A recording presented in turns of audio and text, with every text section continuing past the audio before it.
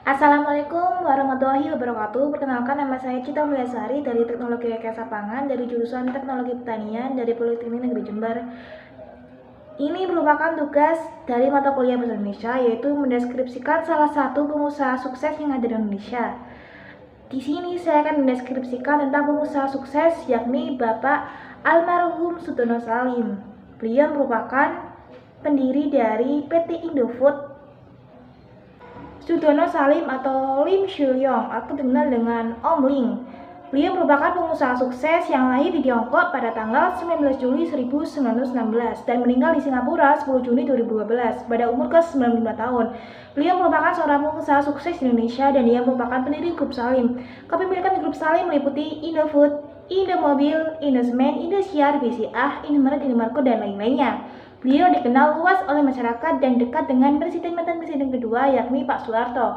Dan saat ia tinggal di Singapura, usahanya diteruskan oleh anaknya, yakni Antoni Salim, dan juga menantunya Fransius Welirang. Sutono Salim atau dipanggil akrab oleh Om Lim dikenal sebagai salah satu konglomerat paling sukses di Indonesia.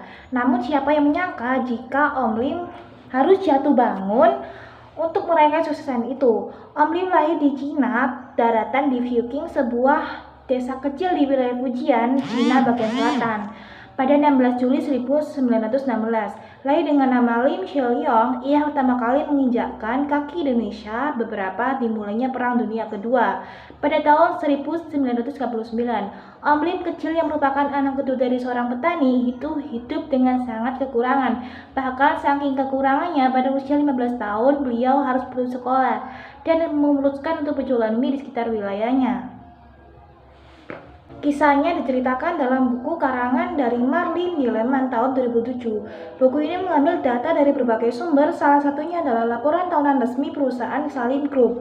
Kemiskinan itulah yang mendasari beliau hijrah ke Indonesia mengikuti jejak sang kakak yang terlebih dahulu tinggal di Indonesia.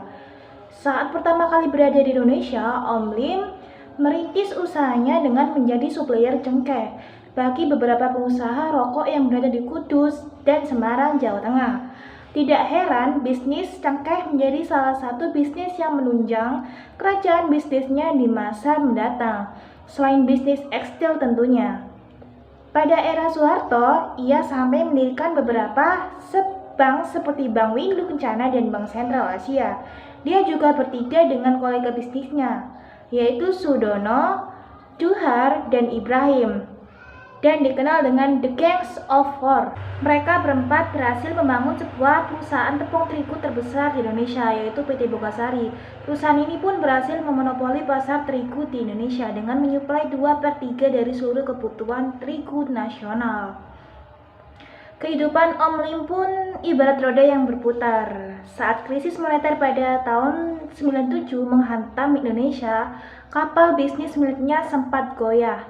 Beberapa saham unit bisnisnya seperti PT Indosemen Tunggal Perkasa, PT BCA, dan PT Indomobil Sukses Internasional harus dilepas untuk menutup hutang perusahaan yang disebut mencapai 52 triliun rupiah. Meski sempat goyah, Om Lim berhasil membangkitkan kembali usaha-usaha yang dipegangnya. Salah satunya adalah melalui PT Indofood Sukses Makmur Tbk yang menghasilkan produk Indomie yang dikenal hingga seantero dunia. Hasilnya, pada tahun 2006, namanya kembali menduduki tingkat nomor 10 orang terkaya di Indonesia versi majalah Forbes. Kekayaannya pada saat itu ditaksir mencapai 800 juta US dollar.